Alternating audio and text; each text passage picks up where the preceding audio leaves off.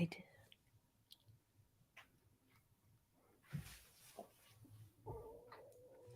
While nuclear weapons states can exert unlimited violence over even millions of individuals, strong cryptography means that a state, even by exercising unlimited violence, cannot violate the intent of individuals to keep secrets from them. Cryptography is the ultimate form of non-violent direct action.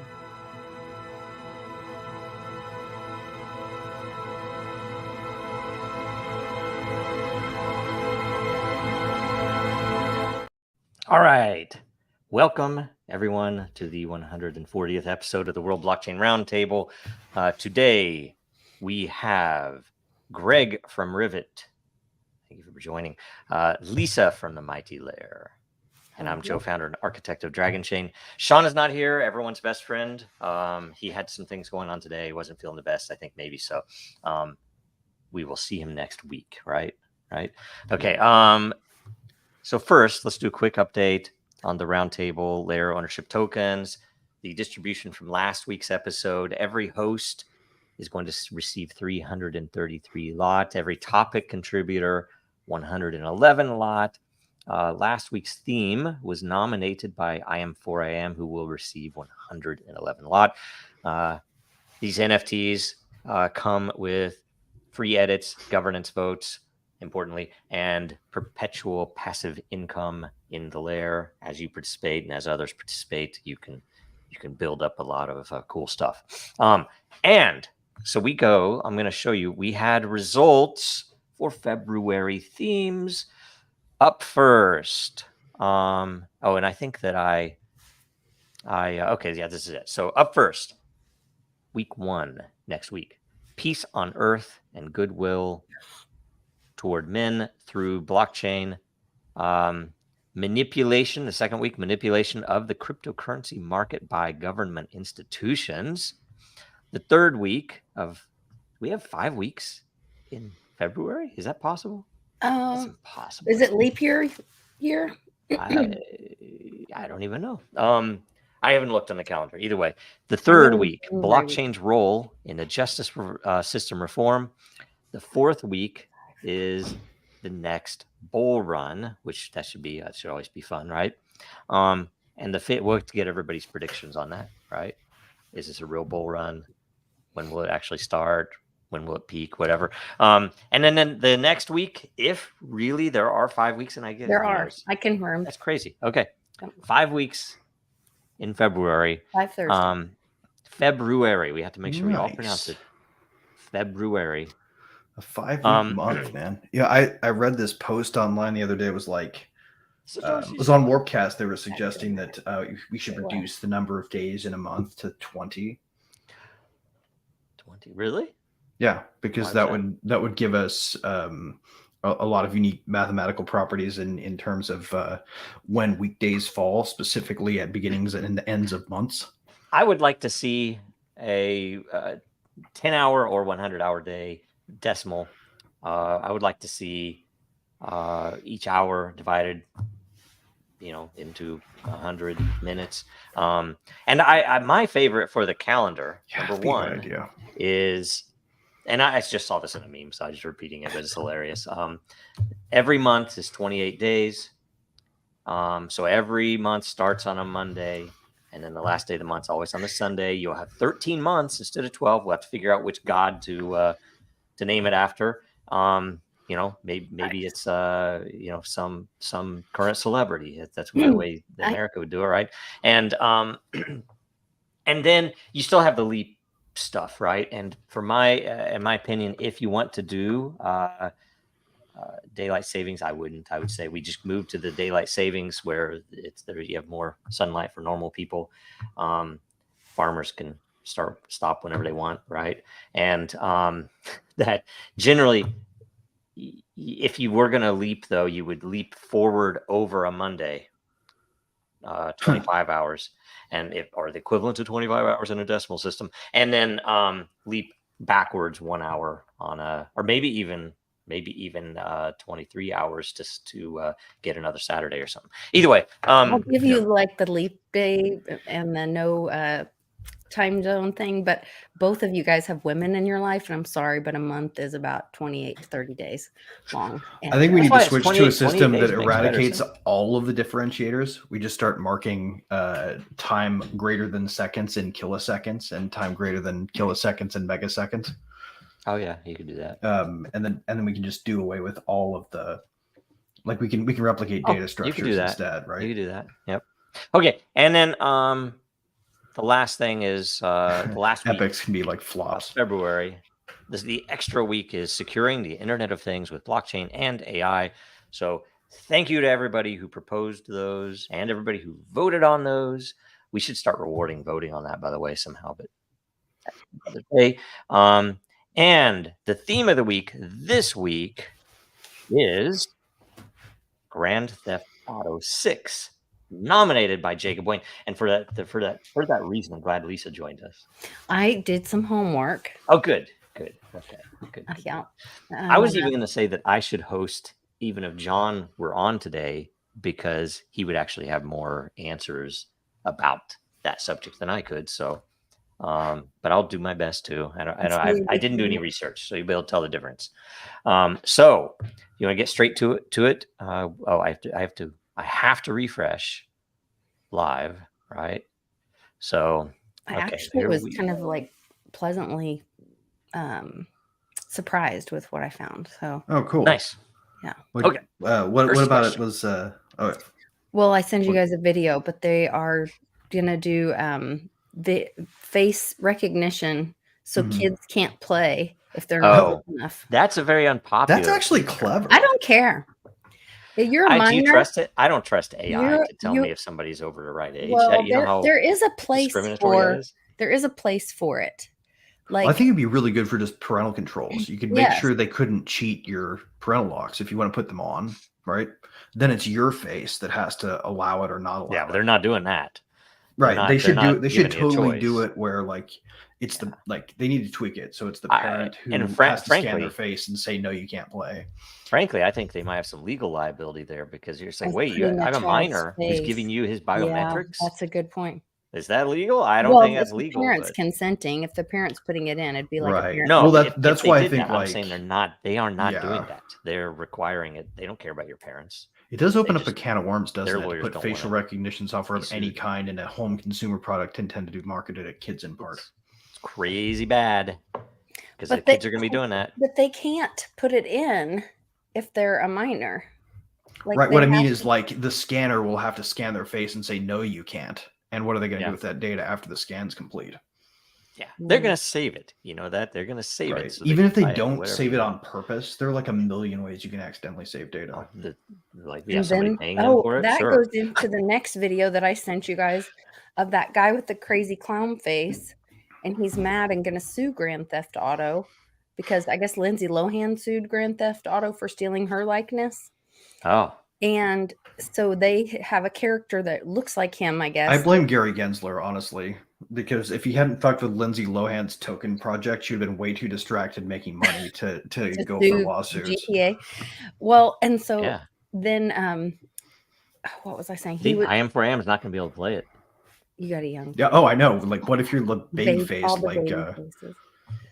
That's what I'm saying. You cannot. There's no legal precedent for saying, "Oh, AI looking at your face and deciding how old you are." That's probably in a really risky area. Mm-hmm. You know. Yeah, I don't think that's what they were saying. They were saying, I don't think it was AI deciding. I think it was like a bouncer at Berghain. It's like, are you cool enough to play? We don't think so. You had to prove your age to purchase the game. So, however you purchased the game, you had proof of your age, your KYC. But then to play the game, you would have to scan the kid's face in or whatever if you were allowing your kid. On the upside of this, though, guys, and that would prevent them from playing. Then they can't. Everybody cuts their teeth as a kid if they're going to be a hacker or a computer genius or a maniacal changer of the world who does crazy stuff with machines, right? Like all the greatest programmers started off hacking bullshit that was put in their way, right? Yep. So kids who want to play Grand Theft Auto 6 are going to get very good at figuring out how to hack facial recognition software. Yeah. Yeah, that's So maybe that's a good thing, for society. But it's not something you want because they're probably better doing they spend their time doing that than they spend their time actually playing the game. It's very wait, I won't even go to it. Okay, so let's get to the first question though. Okay. So Jacob Wayne, I wanted this topic in the WBRT because I thought it was odd that Grand Theft Auto 6 was announced coming out in 25.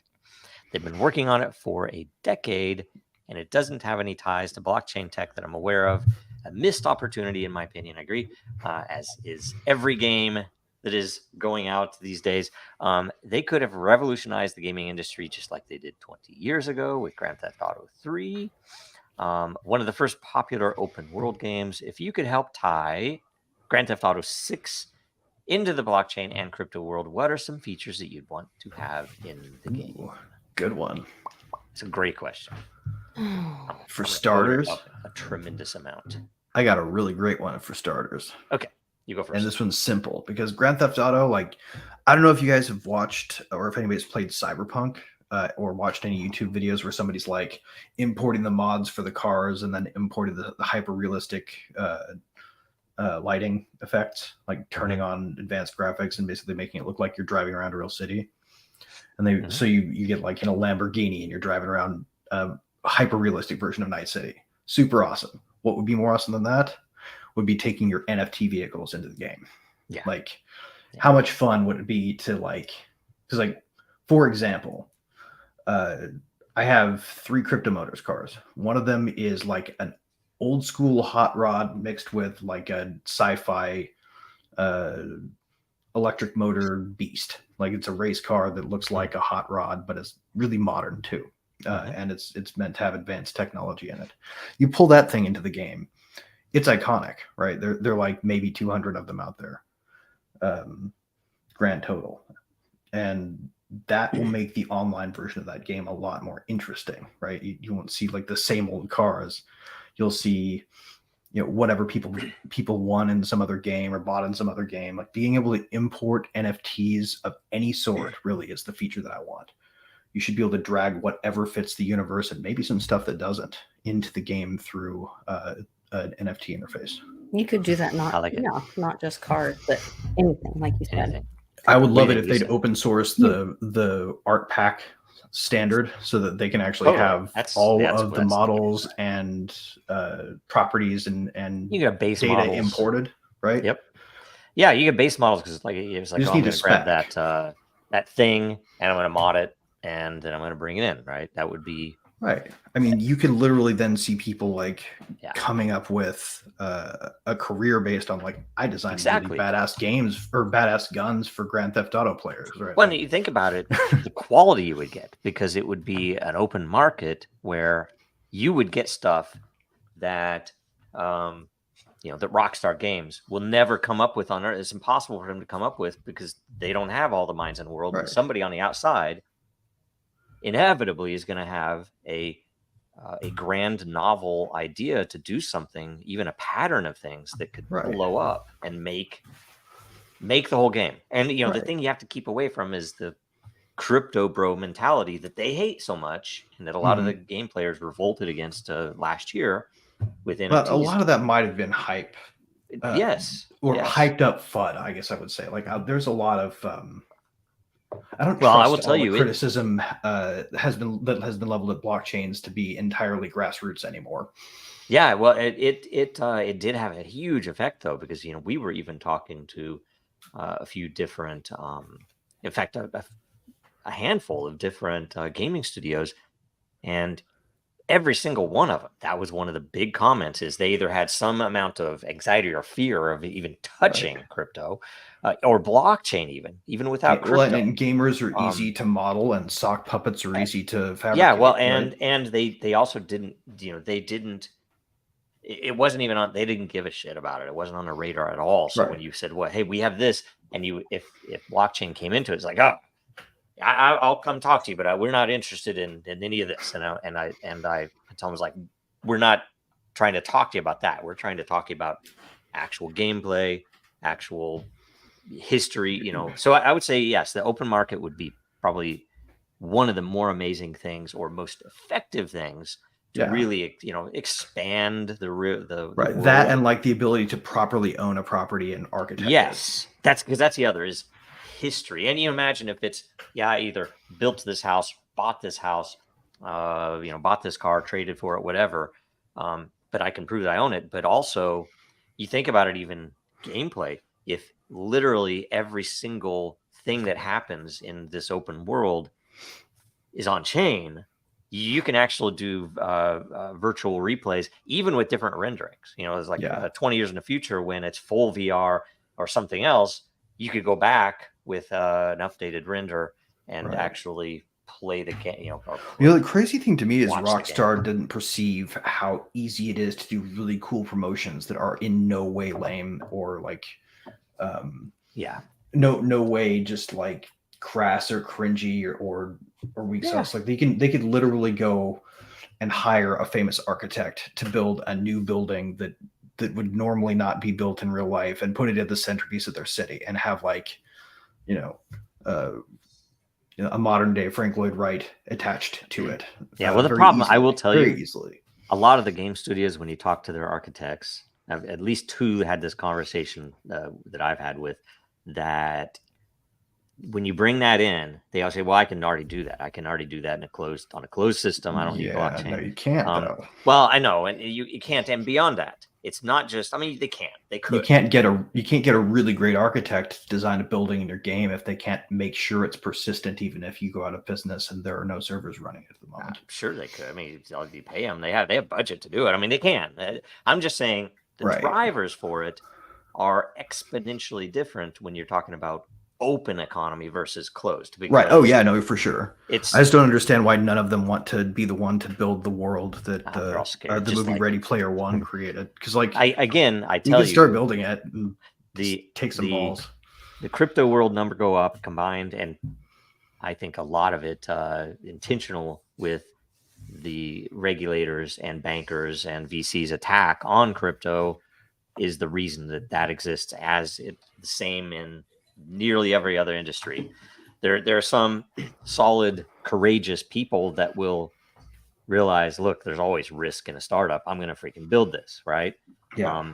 And yet too many, it's just like Assange said, the biggest issue is or the rarest trait is courage. There are plenty of smart people. There are tons of smart people, but courageous people. The worst case scenario is like what we have now, where you don't get to just have courage to start something new. You have to have also the courage to stand up to a machine that's explicitly designed to only look at the downsides in the worst case scenarios of anything new as a basis for deciding whether or not you get approved. Like that's why we need permissionless things. Yeah, right? that's across the board. That's a very powerful reason. So anything else, Lisa? Did you? You already said that. You said other things because the cars are a big one, but you imagine they could make a one-off gun. Doesn't that get to like the Sim one-off motorcycle? Didn't they do that with the Sims game or whatever, where like people had real jobs where like they made Sims houses and Sims clothing, and there were designers and whatever, and then one day somebody pulled the plug. And so the only way to do it is to not have it be centralized, right? Because otherwise you're building in a world where somebody else controls that. Right. Yeah. If they can turn it off whenever they feel like it, then it's not a permanent world, right? Like you want a persistent virtual world to exist. And ideally it would be open source, so that if that game studio went away, it's like, hey, we're going to get together and we're going to put in money to host play servers and whatever else, right? There's a lot. I will say in the centralized world, it has been done well with, and I'm not in this community at all, but EVE Online, I've always read really interesting stuff that they do philosophically models a lot of what we see in the blockchain world. You remember talking to Sam last time we talked? Did he ever tell you about his EVE brilliance? No. He was really good at that game. He figured out a way to use the gates to do a particular type of gas extraction that just made him freaking loaded, but also got people copying his pattern. If you That is if amazing. if you Google gas huffing Eve, That's he crazy. invented the technique. That's amazing. I've read. If anybody who wants to know, it is in the very least interesting to read about, because Eve is this space battle game where they have different clans, right? And they've had battles that are, if I understand correctly, like tens of thousands of ships in a battle that lasts for days because the processing slows down. But they had this interesting philosophy that whatever works in the game goes, and essentially they've had people rob banks in the game. Yeah. And said it happened. They didn't turn it around. They didn't fork the project like Vitalik. They just let it go. Yep. They're like, and you need. They have some really interesting ones, like, and I can't remember all the rules. But they've had people who have worked their way up inside of opposing clans, and then they will assassinate the leader. And they've had people getting assassinated at in-game funerals. It's crazy stuff. There's a great article right up on this somewhere in internet lore history that I will find and put in the channel. But the story that you're talking about is one that I'm very familiar with. It's here it's on and it's Daily because, Dot. By the way, because devastating Eve online ambush destroys player's $9,000 spaceship. Yes, because there are multiple places where they had something where you there was some hack, and they're like, well, you can do it, so you can do it. But people were even doing. They infiltrated an organization for 2 years. Yes. Waiting for the right moment to convince them to bring out their showpiece fleet items, because you can store them in a vault that makes them indestructible, right? Yeah. So they tricked the organization into, through the process, by the way, of helping them grow a huge investment pot to build this great station.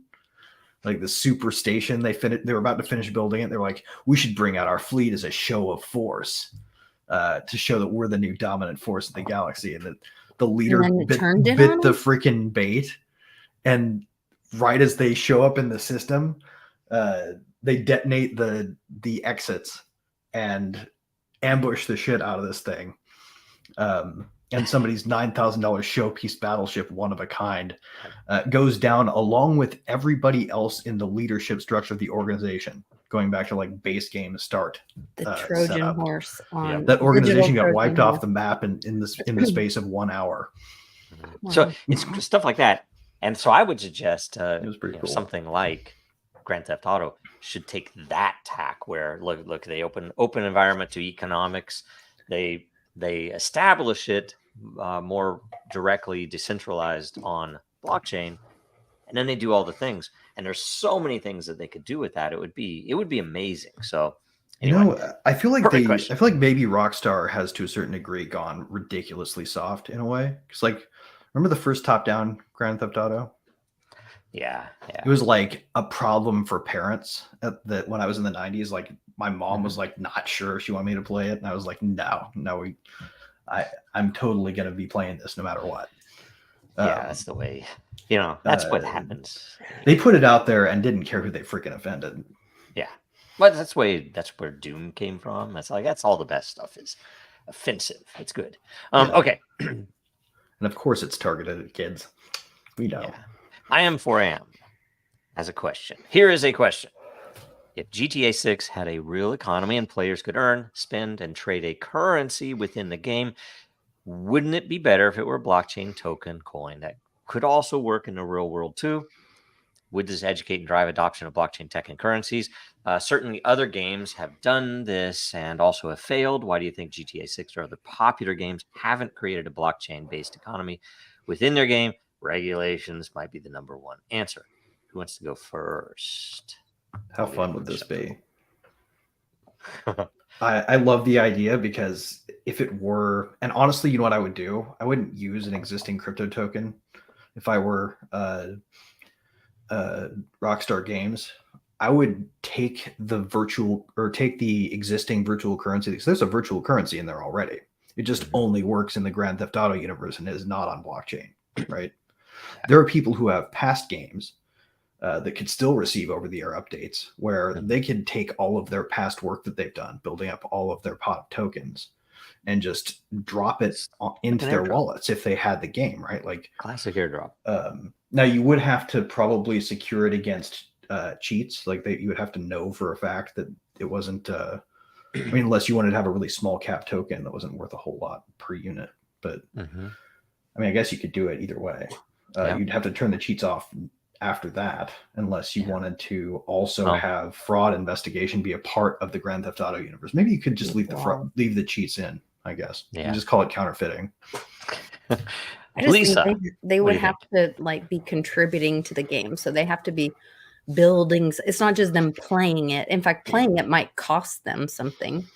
But if they're just driving around or robbing people or whatever, or have consequences, natural consequences, there's precedent for that. You get hit with fines if you get caught or killed. You have to pay a hospital fee. You have to pay a bailout fee.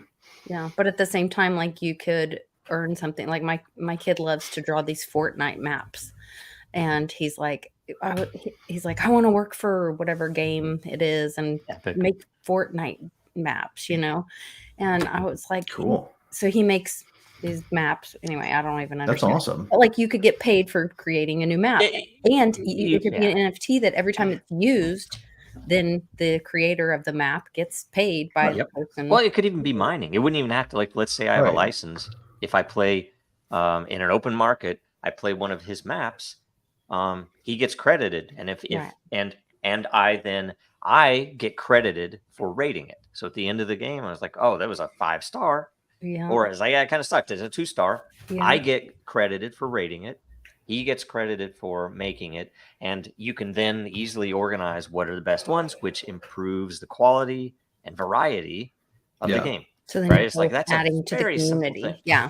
The other thing that I think they could do would be potentially market it as a currency in the real world in a way that would, I guess, in alignment with the with Elon's razor, right? The idea that the most entertaining thing that could happen will happen, right? How funny would it be if instead of Bitcoin or Ethereum or whatever, the next most popular medium of exchange was something that came from Grand Theft Auto, just blew out into the real world and overtook the US dollar. Yeah. Like, could you imagine El Salvador making it a freaking well, I mean, why not? And by the way, I have something on this. So legal tender. If you had a real economy, the great thing about it is you have a very large budget game, right? That goes out. So it's it's like gaming is just the new circus. It's the interactive movie. It's much richer experience than a movie, right?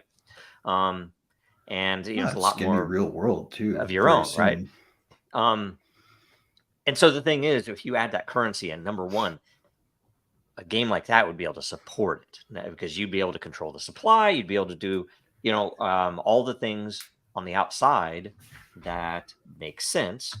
And, there are creative ways to do it. There are a bunch of they could even just do it in terms of, hey, you get these credits, which you can't, even if they didn't want to do it as a pure what we think of as a cryptocurrency. There are so many other options, but you can still make it real because it can convert to money in some way. That it might convert in some indirect way, but it would convert.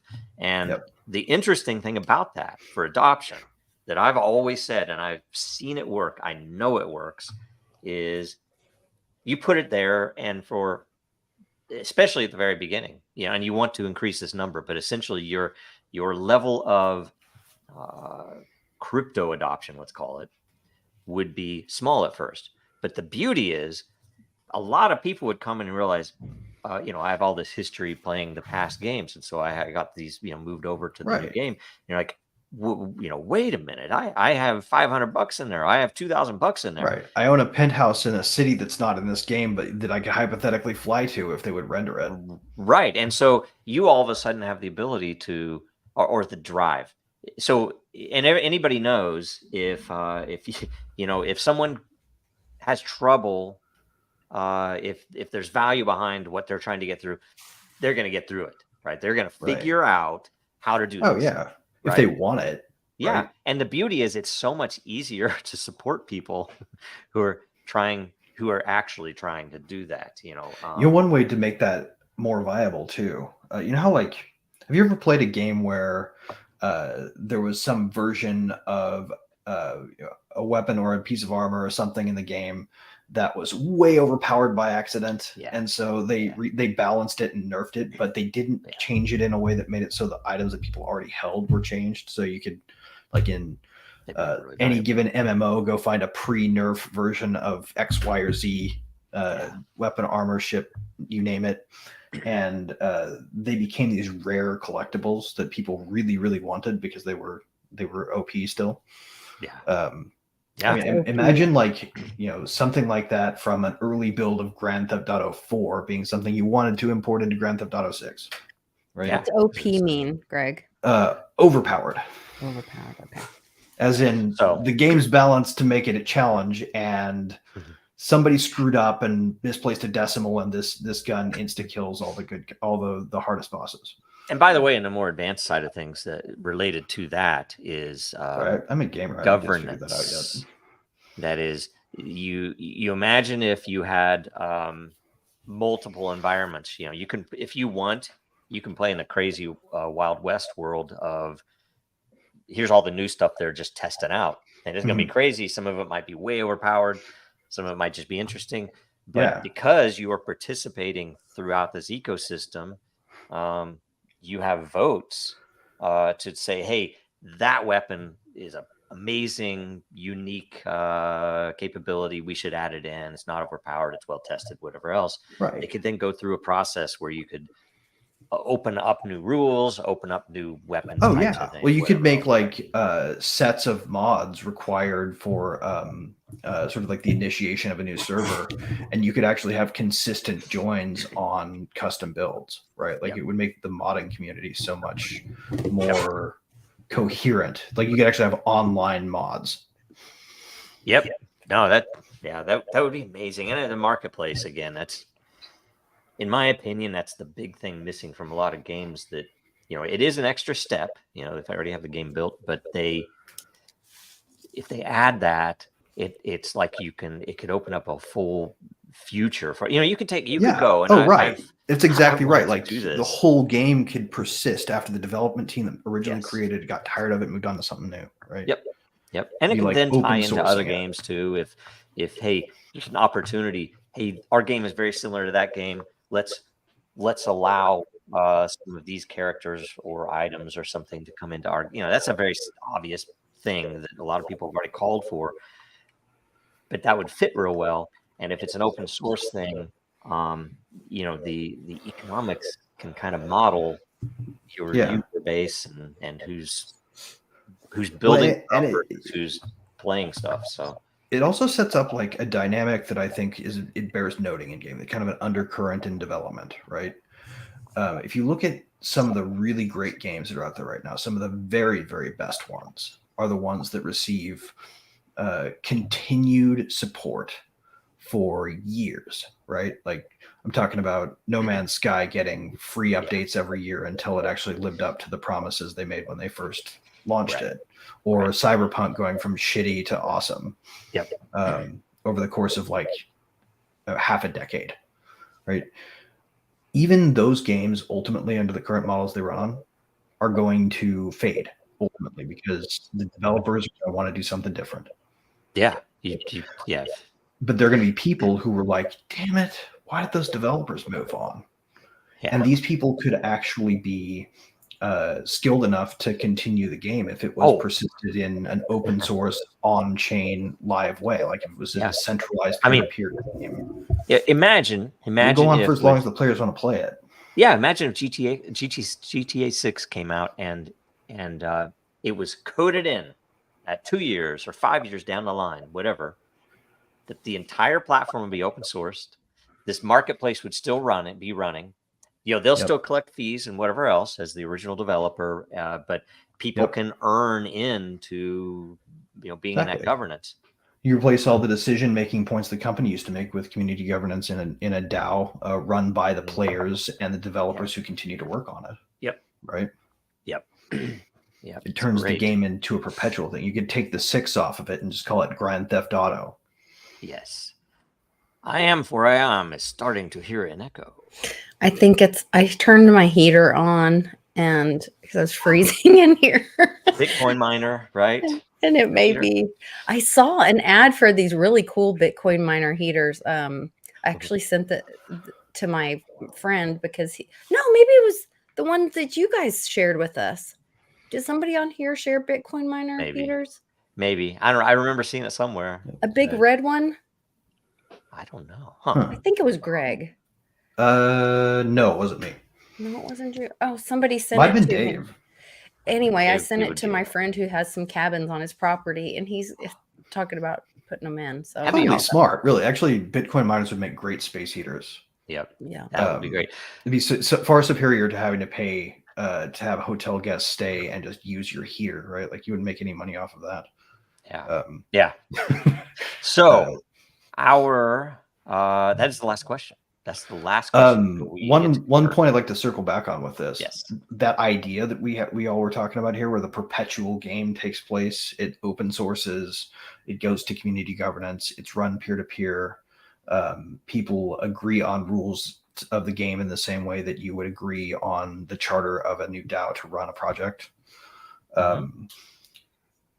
If you have the currency in game being on chain and it's available for use just to like exchange for whatever other token on whatever exchange you want to use, right?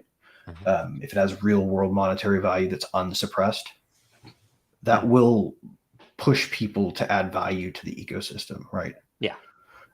If you want to see that kind of community really thrive, let them have the in-game currency go broad and don't try to regulate it out of existence. Yes. Well, and as a creative person, as a builder, a developer, an artist, really we should get away from talking legalisms first, because it really kills ideas. It's almost like, okay, it's a complex thing. It is an interesting thing to figure out how to do things without doing something that is expected to be against the law. But the problem, frankly, is that the law is I say there is no law. It's totally unknown. Yeah, It's just, they've left it on purpose. Lawyers should be starting from the standpoint of this amazing idea needs my help to work.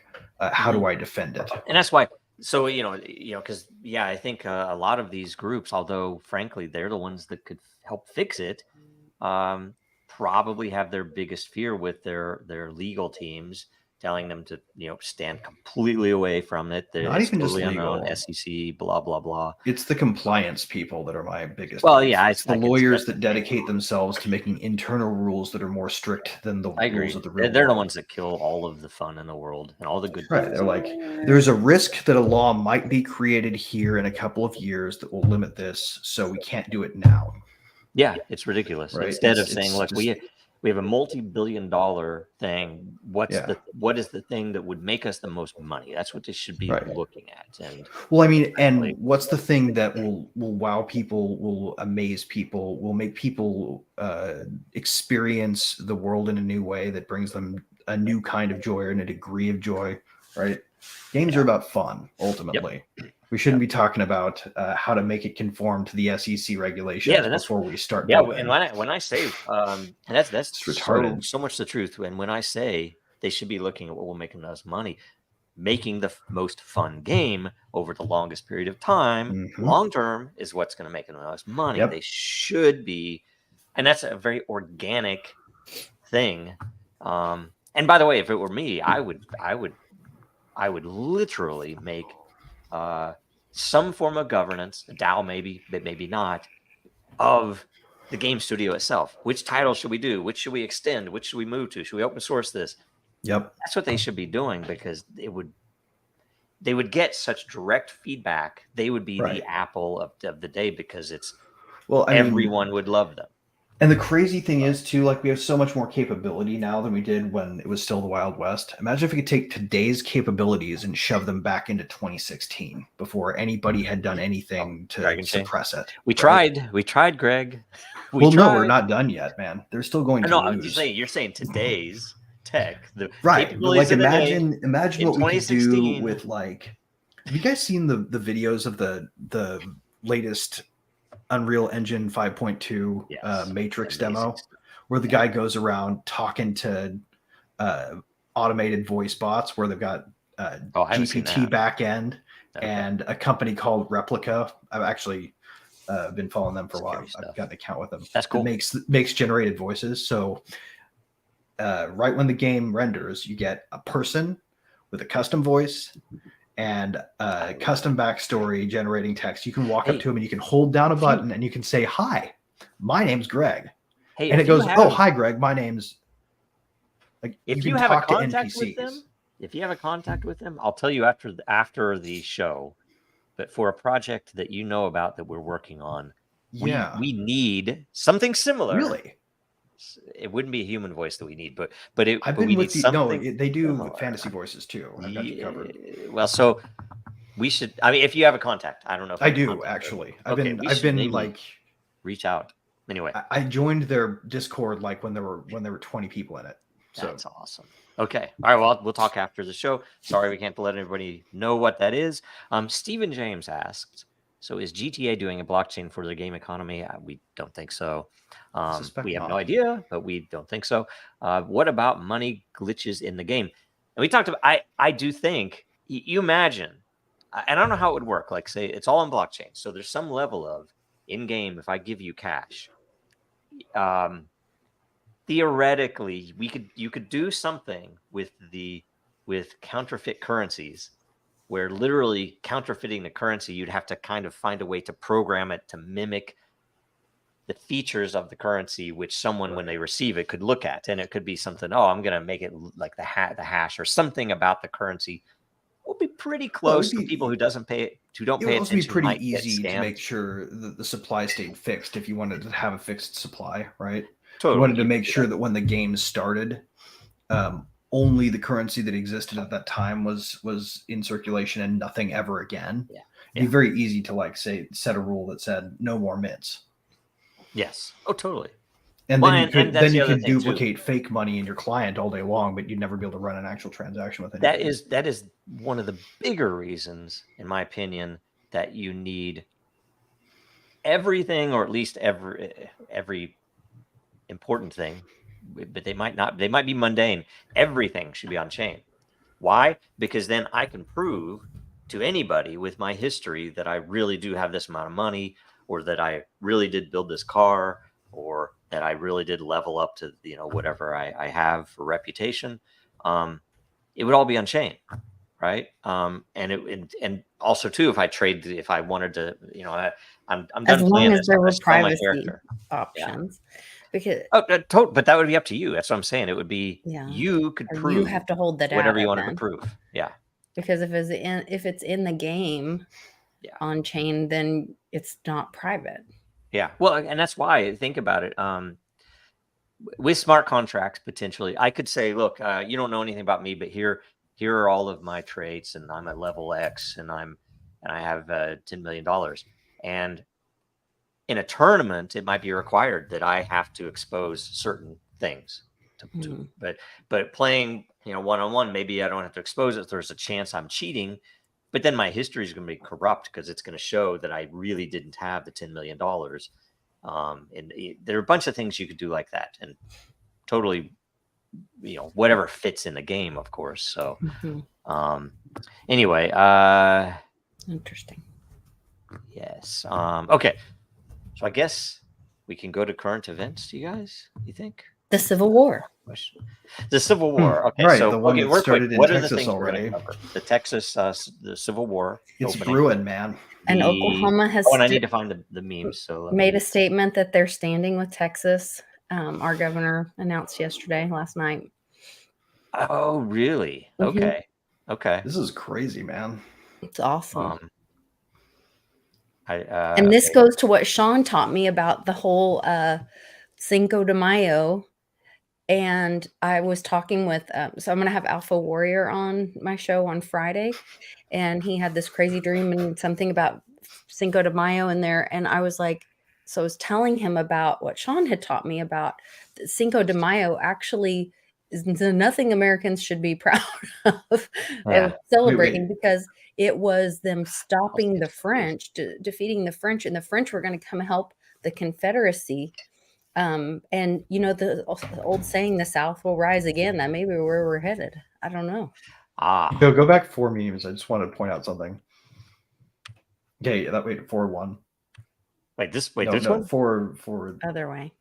2 more. I was going back. To the other way. Keep going forward now. You passed it here, right here. Look at that, like jowly chin on the Hillary Clinton one. Oh my God, that is probably the most unattractive photo I think I've ever seen of a person. Well, it depends I'm on not which gonna do that. Hillary. I could make that face right now. I'm not gonna do it. Well, I don't know if I could do that. I don't know if I have the Yeah, I chin don't know if I could do it capacity. as well as her, but still, it's an interesting thing. They all love heavy metal, and if I would have known that, I would have gone straight from playing death metal. You can only get your neck to do that if you fill up your jowls with evil. Yeah, I guess so. That's all it takes. Did you see that time where was it Macron and his wife or whatever, they were trying to get Melania to hold her hand up like that? No. And they were like fighting her, and she's like, no. They're all standing on a balcony. I don't know if it was Macron or Trudeau. I don't know, and their wife or whatever. Right, and the wife was trying to get Melania to do the hand signal. I want to see that. The hand signal? Are you talking the Roman salute? No, the satanic thing they were just doing. The devil this. thing. The horns, heavy metal. The horns, yeah. Yeah. Right. So yeah, essentially. Aw. Essentially though, sad. I don't know, the Civil War. Yeah, Civil War. And anything else? Any other current events? So many, really. There are too many, really, but well, the ones that I've been really focused on are, well, okay, so like let's start with Canada. Trudeau is now officially in violation of the Canadians' weak sauce constitution. It takes something amazing to happen to have a court there actually find that the government overstepped its bounds, because their constitution is based on the UN Universal Declaration of Human Rights, and that one has exceptions for public safety and health built into every single right. There's a reasonable amount of limitation the government can do built into their thing, and he still was found to have been unreasonable with it. And this is because, and I read this last night on Public, they actually fabricated the intelligence necessary to gin up an illusion of domestic extremism.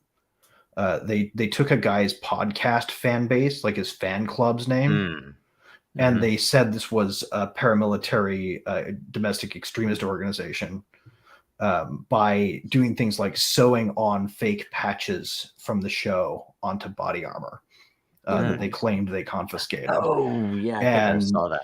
And then they tied that podcast to another group that was actually at the border embargo, the bridge, so that they could make it look like it was coordinated. They said this guy was in the same room with the podcast host who runs this paramilitary organization. So we have at both sites.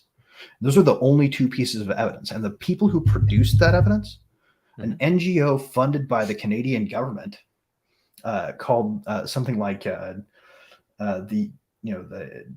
like doublespeak. You just think the worst thing is like United Anti-Hate Coalition or something like that.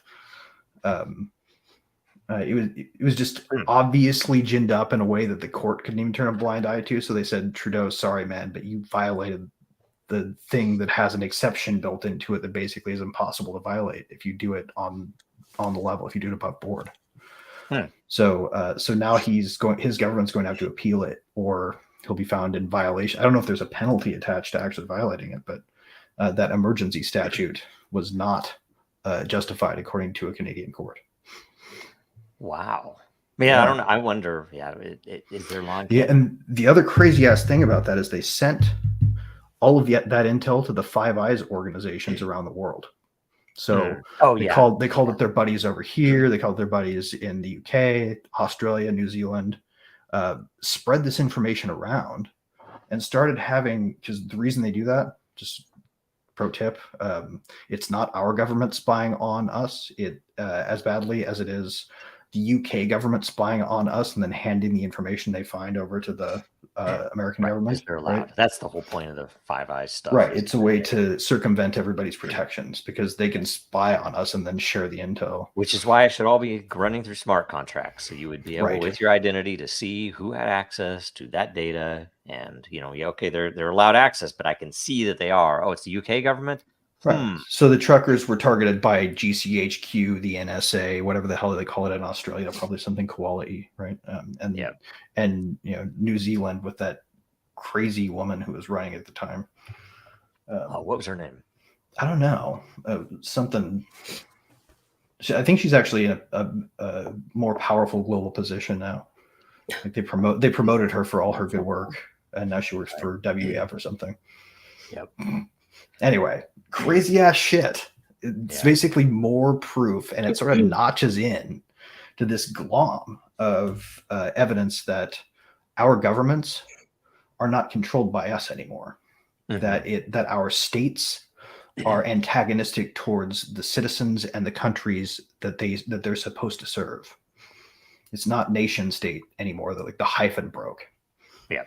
Yep, that's very true. I also have one other thing to add is that bribery recording. We need to. I have it up here. We can play it. I can either play it in the sidebar, or I can just play it on the full screen. You want to just hear it on the full screen? So, what order do you want to go? So, I think that we covered those three things.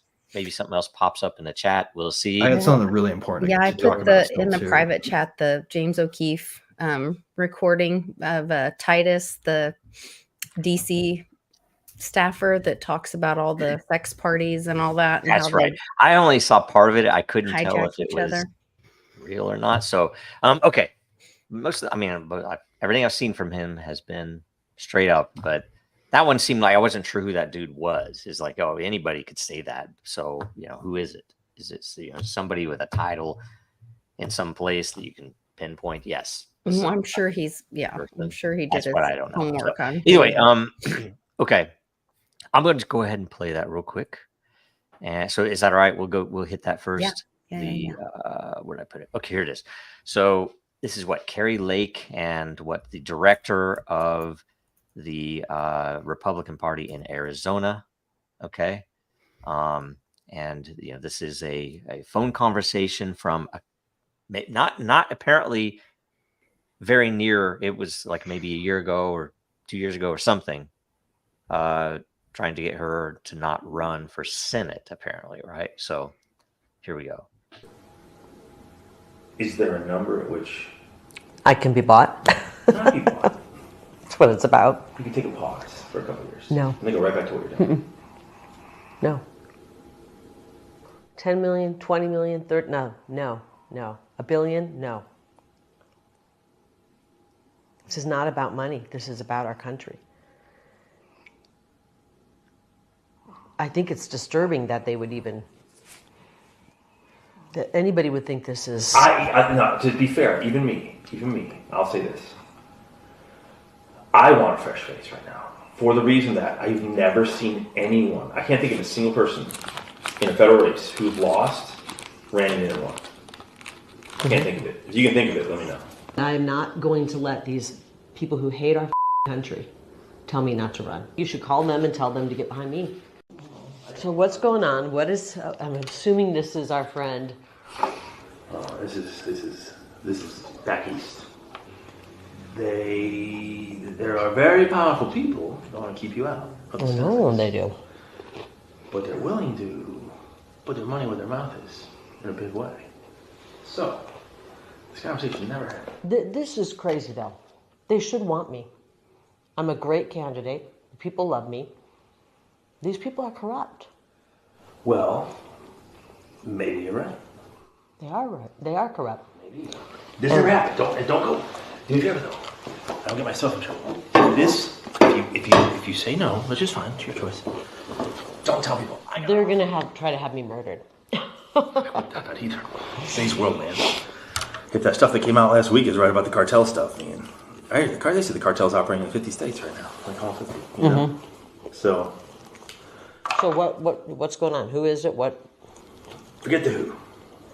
Let me just tell you the what.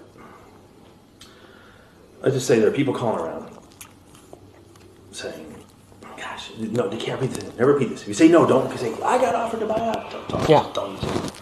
Because then we lose our ability to get things done in the future. Here's my problem. Rather than just say, let's work with her, she's a great candidate. Because they don't own me. And it pisses me off. Yeah, I don't know, it's about ownership.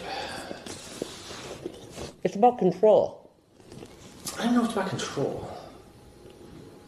It's about being on the team. I guess that's, you know what I mean? They want to be on the team. They want you to be on their team. But Just team. You know? But if they're pushing a globalist agenda, I can't do that. So what do they want? What do they want me to do? You want to stay out for 2 years. But, I'll tell you what I can offer you. But, I said you can do whatever you want. It's a talking head, isn't it? So, the ask of me was, it's kind of funny. So the ask I got today from back east was, is there any companies out there or something that could just put her on the payroll and keep her out? And I said, well, what are you willing to do? Like, whatever we need to do. This is about defeating Trump. And I think that's a bad thing for our country. DeSantis is not America First. This is about the final death blow to Trump. And I don't think that's good for our country. And you know I love Trump. I love Trump. It's not good for our country, Jeff. It's not. But at the same time, I'm not even sure Trump can win again. I don't know that he can win again. I think what it really comes down to for a lot of people, it's not really about like control or agenda. It's just about the ability to raise money to win. You know, if you really want to know, all of politics boils down to money. I think. I always believe that. And even on their end, like what makes them the most money? I know all these consultants don't want their payday to end, and I don't want to make a deal with these kind of people. This is a hill worth dying on. I'm not. Like if they're going to steal the election to make me and our movement go away, I'm not letting them do that. I owe it to the people of Arizona to carry their torch and their voice. Or you don't go away, but you pause. Dude, who is this guy? The battle is right now, Jeff. And refill your coffers. No, the battle is right now. Yeah. The battle is right now, and we don't have time to pause on this battlefield. You're not. You can't scratch their back. It's not afraid of you. Yeah. You don't have anything to offer them. And they're sitting around people that have stuff to offer them. You know what I mean? It's just it's a back scratching club. That's all DC is. It's a big back scratching club.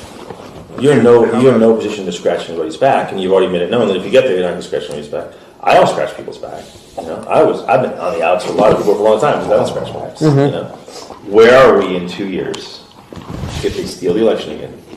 Listen to what you're saying. Why don't we do something about it so that we the people can pick our... What can we do? I'm not willing to accept that. And I'm going to be the biggest pain in these people's... Go back and tell them that. I'm running, and I'm going to be the biggest pain in their... I'm willing to tell them that. And they're going to have to kill me to stop me. No, I know. Look. And you don't have to tell. I know. Who is this guy? Okay, first off, I got to say this.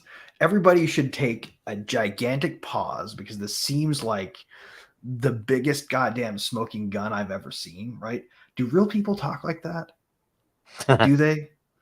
Or did we just watch something that was like the world's greatest piece of promotional campaign media? Well, that's for sure. And she knew she was recording it when she was recording it. She did. But the inclusion of Trump was pretty smart. He sounded like to get more attention. And then the whole "they're gonna have to fucking kill me" thing. So when I was in high school, we did a musical where there was a bad guy named Silas Scavenger with a big twirly mustache, and he tied a woman to the railroad tracks. Like that guy seemed like he was playing that role, frankly. Yeah. Or was Yeah, it all AI? I know. It was It's so just snivelly. Like I I can't am for I imagine a am. real person. Yes, they do. talking He's like that. personally witnessed it. I've spoken to plenty of real politicians, senators, congressmen, governors, and it's No, a I mean weird, I was backstage in it's a Indiana weird for thing, like right?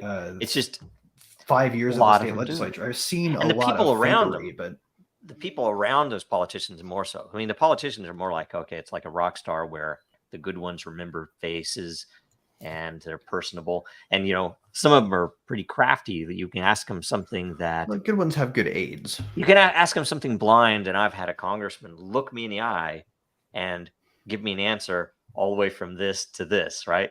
Mm-hmm. So as to not offend me, no matter what side I was on a particular Mhm. question. They're really good at that, right? But Because they don't really have an That's what opinion. Here's we the get, thing. right? Like that's what You we know that select guy's for done it when before. we do campaign funding, like we do, right? And like yeah, well, you run guys for know office. that guy's done it before. It's going to select for people who are good at telling you what you want to fucking hear. Yeah, well, that guy has done this before. He's behind the scenes. He's the chair for the GOP in Arizona at the time, Yeah. and you know that every single other race or every single time someone's they pulled out of the race. It's like, why did they pull out of the race? This I is wonder why what they This gave is DeSantis. everywhere. What's that? Honestly, On the I kind payroll. of wonder what they gave DeSantis. Yeah, Well, did you see the? I think we. If you They probably see said, the, "Oh, you have access to what you speech raised." about, Right. I know what they called Vivek out, and it was very telling watching Eric Trump and hearing what Donald had to say when they were like, "Oh no, Vivek, go ahead and you can speak." He's like, "Just for less than a minute. Just I'm sure it'll take you less than a minute. Just a minute. Just a little. Just stick it in there. Just that little thing, just for a minute. Less than a minute." And then Eric Trump's going like this. They have some little sex tape where he didn't perform well or something. Was What? what it kind of sounded like. Yeah. Oh, like those were all jokes? Yes. See, I will tell you, Been a I big boys club. I don't trust joke. any of these guys, and I'm even, I'm hopeful for stuff to collapse, right? So so we can fix stuff. I think it's the only way, but that's just Well, we're something that I getting can't there. control. But Trump is in that, and he was there already, and he didn't do some of these things that we now know, and we know that he knew more than we do He now. did, in fairness, show signs of Oh, yes. effort. That's I was gonna say, I agree. think he did a lot. I'm just more saying than we can't trust him fully publicly he because didn't do. if you're things, saying so. it's We because still they have speech like that, dishwashers I'm like, come on. with quick cycle because a regulation that he put in or that he tore down when they tried to stuff it back in place got overturned in court because they tried to rush it through the process. Mm-hmm. So Yeah. I mean, Anyway, there's that. Right? Like, we can still get the really nice shower heads. Mm-hmm. I know that sounds revealed, but like these are quality of life issues in America that normally get laughed out of the room in a sort of like theatrical way where they're like, "Oh, who cares about that? It's so trivial." Well, no, it's not. It's the EPA taking over consumer goods, telling you what's allowed to be on the market. So, hey, by the way, this is the beauty of the memes and current events is that sometimes a meme will overlap perfectly into what we were talking about. Yeah. And this literally is how, everything. And I used to not think this like, oh, I should be able to give money to anybody. But that's not the point. The problem is these other loopholes for these actually foreign organizations to put money into the system and own it, corrupt it or own it, whatever you might call it. What I don't get is why they don't frustrating. just make The it so you Arabella. can't just straight give that money to a clerk of the legislature and have a bill filed on If they're your that own behalf, right? transparent. Like they should assign junior members bills posted by the And public. again, I think that should be something that my does. thought of governance vote versus funding would be applicable. It could be, look, on the one hand, you might get something voted for that doesn't have funding. It's like nobody really wants to put the money into it. My taxes are going to something I care about. And then the other side of it is, look, let's say you're a company and you say they haven't approved doing this thing, but guess what? Here's some money, which might make it approved because it's like, well, we didn't really want a bridge there, but it's paid for. Let's build the bridge there, right? It could work really well, and it'll all be transparent. So Yeah. Anyway, Look up the Arabella Advisors. They are a group of billionaires or groups of billionaires that are funding different things in our election. Like these are people over Soros. Like right. Well, I mean, and if you can find out about them, then they're probably still proxies for others. Yeah. Well, it's all in trust and using a DAO, all that. Yeah. I honestly, I think that voting is for measures and for laws, and voting should not be for electing representatives. We should have representatives picked by sortition. I agree. If we want to have representation that's actively representing, it should be done by lot. Like we should do lotocracy. Yep. Well, and yeah, there are already systems out there, even pre-blockchain, that would allow you to do what do I want to call it? A delegation. So essentially, I could say, hey, on issues related to economy, I want Rand Paul to voice my side. Yep. If I want on issues of tech, I want Elon Musk to essentially. Joe, use can you my do me a vote. favor? Yeah. Will you help me steel man lotocracy in a couple ways real fast? What do you want me to do? I'm going to ask you 2 hard questions about lotocracy, and I want you to stuff them. Okay. I do not know if I even know enough to answer you, but okay, we'll try. Okay. Well, if you want to reverse it, just ask me the following. Wouldn't you be worried about really dumb people getting randomly elected into the government using lotocracy? What about brain dead people or people with mental disabilities, right? So what's the question? I'd be worried about them. The question is, if you randomly pick people to be representatives instead of have elections, what if they're really dumb or insane? Okay. Or brain dead. I don't support the basis, so I'll ask you. So you answer that question. Mm-hmm. Okay. Why do you not worry about someone incapable of gaining that authority? Well, I mean, we already have that, right? They're literally brain dead people who got elected. Okay, well, but you're not. And so I have a critique to that. Okay. And let me say the whole sentence. Yeah. The corruption that we see would not be a problem under lotocracy. So at least what we could be sure of is that we wouldn't have a system that's selected specifically for people skilled at deception, like in that video we just watched. Yeah. No, I agree for the point that, for instance, it's impossible to bribe someone when you don't know who it is you need to bribe. Correct. Randomly you'd have to be like a Roman emperor who pays for everyone's lunch. So I pay for everybody's lunch, but I'm still going to compete with other people that are, maybe paying for somebody else. If that level of corruption. Being a legislator should be like jury duty, in my opinion. You should just get picked for it. it. Well, I'm kind of with IM. He's saying like people just vote locally, like with the technology that we have now with blockchain, all of that. We don't need these leaders. We don't need these politicians. And by the way, intermediaries. I think there would be a role for a leader, because think of in that case where everybody's voting, and if I say, look, I don't have the time to research this subject, I don't care about this subject that much, but I do trust that person on it. They are delegated. I can then let that go, and I can vote on the things I really care about. The things you have knowledge on. You're talking basically about governance by meritocracy. If somebody is skilled, they should rise as a leader. Yes, but the reason that matters too, there is a role for the people who want that thing to very transparently fund its either market. You can actually market the idea. Or you could, but then we'd have people marketing policy instead of marketing people. Exactly. It'd be so much easier. And it's so much more direct. There's no horse race mentality. There's all the other stuff. Right. And it's not like a red team, blue team thing. If you've got an idea that you want to get out there, like you take away people's ability to fund a person who might say whatever it is they're going to say. And you don't have to brand the person with a party, because you don't need a brand for an idea like that. And that's why I still think the funding's separate, because people should have a voice if they're in the community, but but they shouldn't be able to use someone else's money to do something that Right.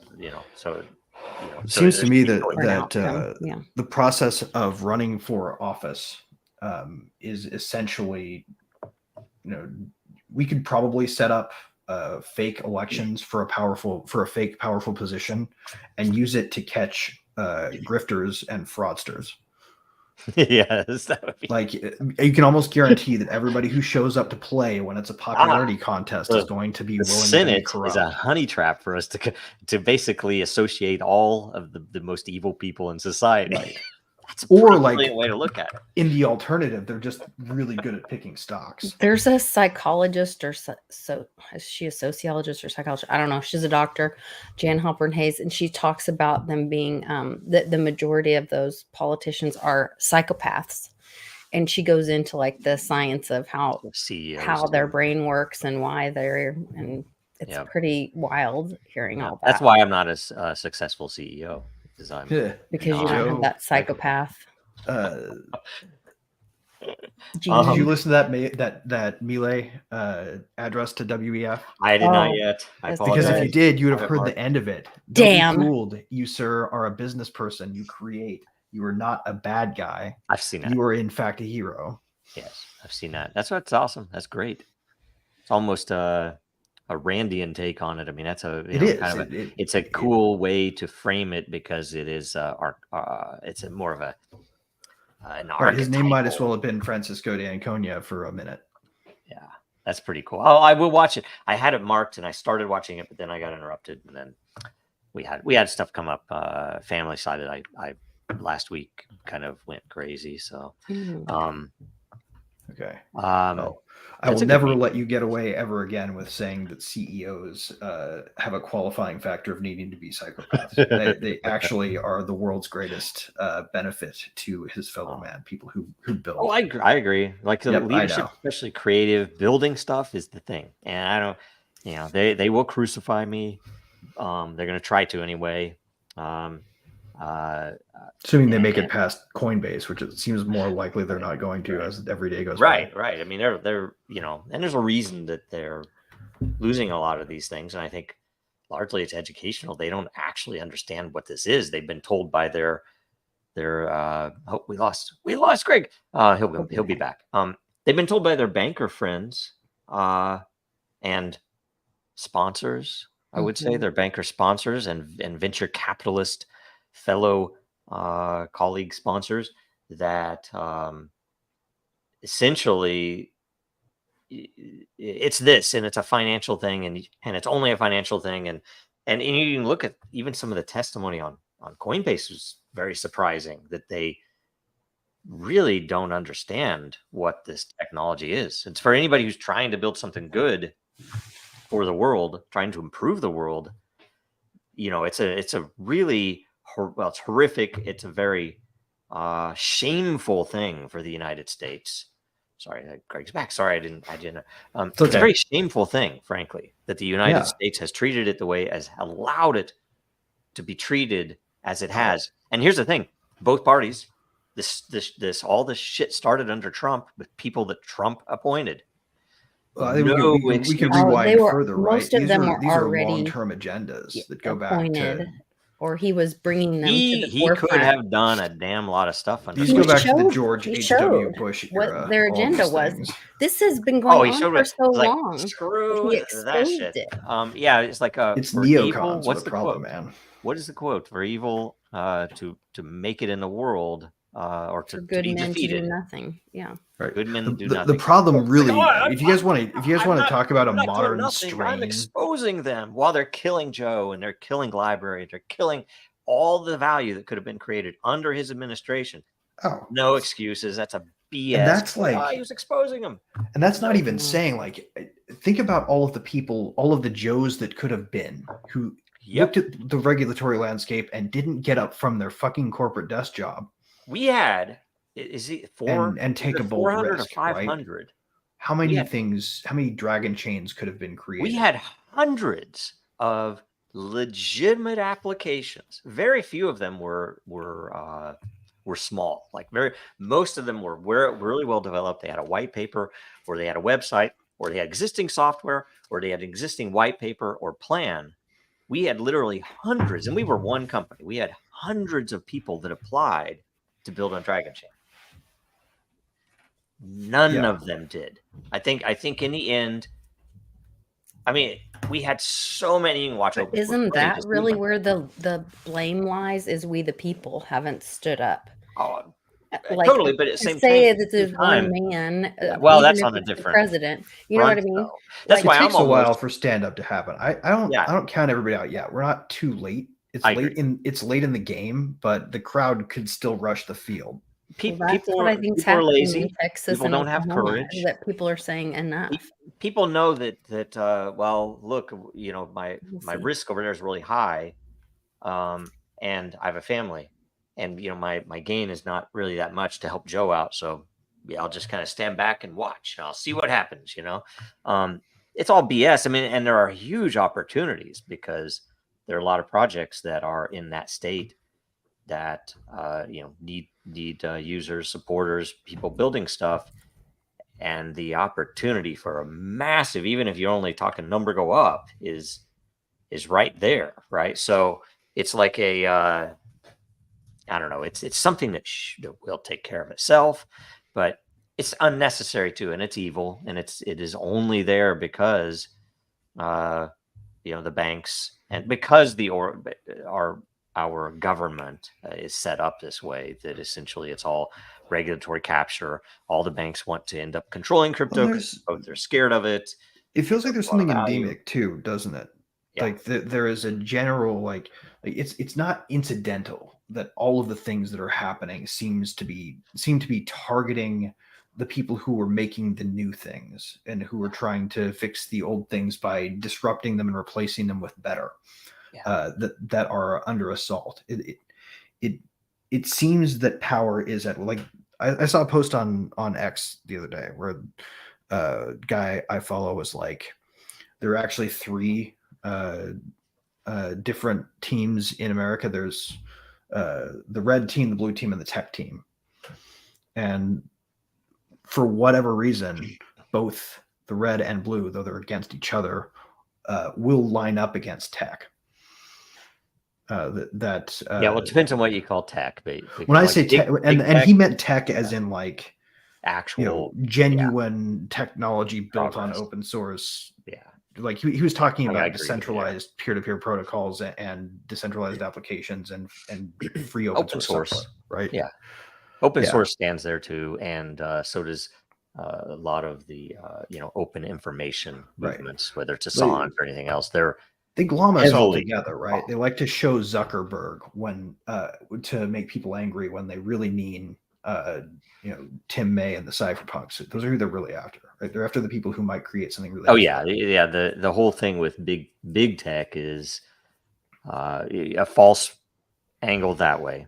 You know, that's a narrative. But on the other side, that they're actually a part of the club, and right. But if you follow the money and look at where they're actually spending it, they're going after projects like this one. Yeah. Oh yeah. Right? Oh yeah. They're not going after like you know, AssCoin, right? Like that's a literal token that was created as a what's the description they always use when they don't have anything backing it other than a stupid photo. I don't know. It's a community building project that's designed as an experiment to show how value is based mostly on association and network effects. Right. Like a really fancy way of saying we've got nothing but this token and marketing. I did an interview with Potcoin, and that literally was what they were. I was like, wait, you're not even really supporting like the cannabis industry? They're like, no, we just thought it sounded cool and it would get attention. And it's all like, it's like a whole bunch of people watched that South Park episode where they just wanted to sit on their butts and do nothing. That's crazy. Go Redskins. It was crazy.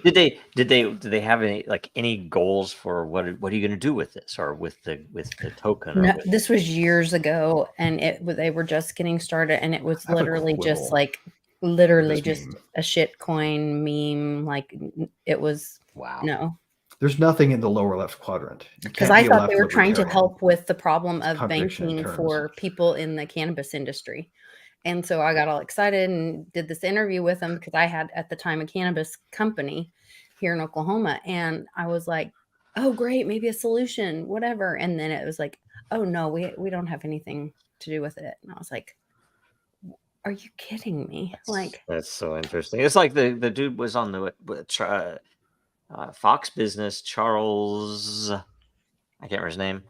He's had a few people on that were, like he's deep. oh yeah, that big guy, and he's got he's a big black guy, right? And the and he has I like Natalie come on. Hey Joe, and flip back to the last one. Okay. If that lower left one was being honest and about libertarianism, they delete the left part and they change it. It's simple. We kill all the banking regulators. That is probably more particular. Well, I mean, it still would be a leftist position because left only goes authoritarian. Either way, I think is a brilliant meme because the authoritarian right understands the real problem. The authoritarian and the open, I might call them libertarian, especially the big L, but the more liberty focused left will say yes, the bankers. Yeah, whereas I feel like that case is there not because it means the party. It means the free right, and the authoritarian left would both want to run this experiment on fellow humans. So it's just so funny to me. It's hilarious to me. I love it. This one, you have to look this up. Seder, Arepo, Tenet, Opera, Rotas. It's something that appeared all over the ancient world. It is a poem that means something about a farmer sowing seed or something like that.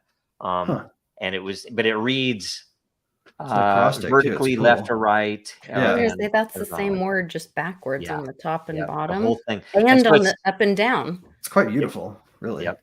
Yeah, and so this appeared everywhere, and you look it up. It's an interesting history. I mean, it went way back, and people were just doing this, and there was some it was like something for good luck or something maybe. But anyway, it's very interesting. It's interesting. They used to have backwards S's and N's in the old days. Yes, you could do anything back then. Like there were no rules. We need to go back to that. Let's see here. What else? I don't know. I think there's some things that we definitely have to call out to. Like if you guys want to switch domains, I have one really big one that we really needed to highlight. So I don't know how many of you guys are familiar with the name Roman Storm, but if you aren't, then you probably are familiar with the name Tornado Cash. Yes. He and Alexei, what is Alexei's last name? Alexei. We'll say Roman and Alexei because I can't find his last name. Right. Oh, Alexei Pertsev. There it is.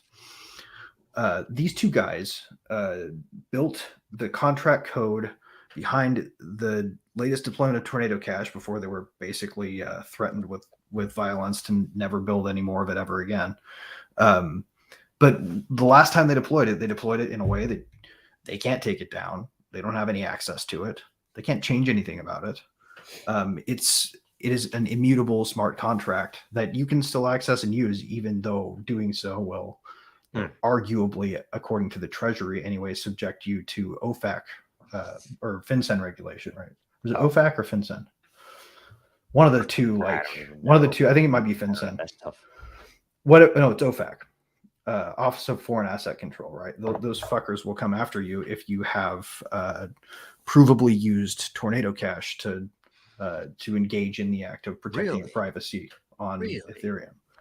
Yeah, because what they've done is they've added smart contract code, open source code, to a list of persons who the United States is not allowed to do business with.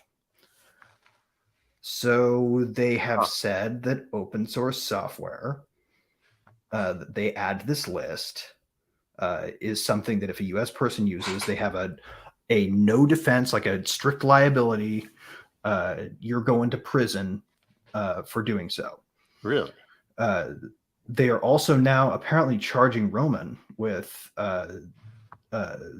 one count of conspiracy to violate the International Economic Emergency Powers Act. Oh boy! which would basically put him in prison for 20 years. And this is the first version of the indictment. I'm sure they'll be able to roll out a bunch of other bullshit, right? And because Alexei is not U.S. based, right? He was in prison for a long time under no charge, somewhere over in Europe zone. Really? Right. FIOD is the organization that came after him, and though he hasn't been formally charged, he is under current investigation for involvement in concealing criminal financial flows and facilitating money laundering through the mixing of cryptocurrencies through the decentralized Ethereum mixing service Tornado Cash. Right. Open source software that they can't control, and they are now being criminally prosecuted for having written and published something. This is literally just the First Amendment steps in here and says, you know what, go fuck yourself. But nonetheless, right, the way that they're going to get to that resolution is to make it through the entire litigation process, and hopefully along the way, some court with the authority to act with finality. Ideally, it won't be the Supreme Court. Ideally, the appellate court will deal with it, and the Supreme Court won't even have to talk about it. Okay. Though it may be better for us if it goes to the Supreme Court and they're the ones who smack it down. It would be really great if we could get Roman and Alex out of trouble, because these guys built this amazing fucking piece of software that genuinely does make it so that like a decentralized service that runs on its own can be used to give you privacy. And they're now being dragged across the coals for it. Oh, you want to play this? That is. Yeah. Is that from before? Oh no, this is something this is not related. Oh. I just thought this was something worth playing. I thought you wanted to play this clip at some point. Maybe at some point. Yes. I see. All right. Okay. But you can play it. We can change the subject. Oh no, that's fine. Wait. I can wait. My point was, this is a long-winded way of pointing people to wewantjusticedao.org. Because if you go there, you can find the ability to donate to their defense, and Cool. and that's critical, because if these guys don't succeed in their defense because they run out of money and they have to settle, that precedent sticks, and we'll be stuck with the U.S. government thinking it can outlaw open source software. It sticks until that legal system collapses, which right. But there's like literally these guys are the only people withstanding to defend it. If you try to sue the government, or if you try to defend yourself on constitutional grounds against that strict liability charge, technically you don't really have standing. So like you can't just go and say like this is a violation of the Administrative Procedures Act and preemptively sue to have it not enforced.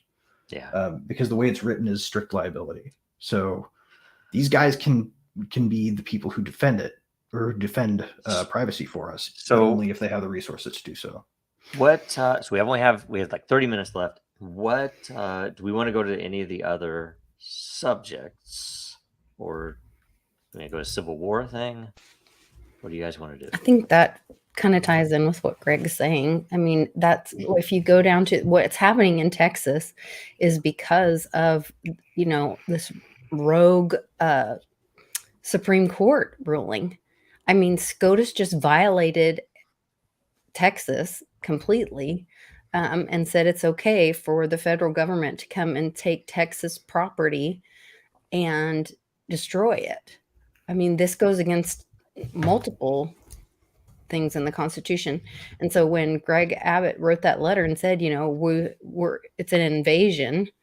I mean, we are literally like, it's like everybody's just going to work and everything's fine. It's like, you guys realize what's happening?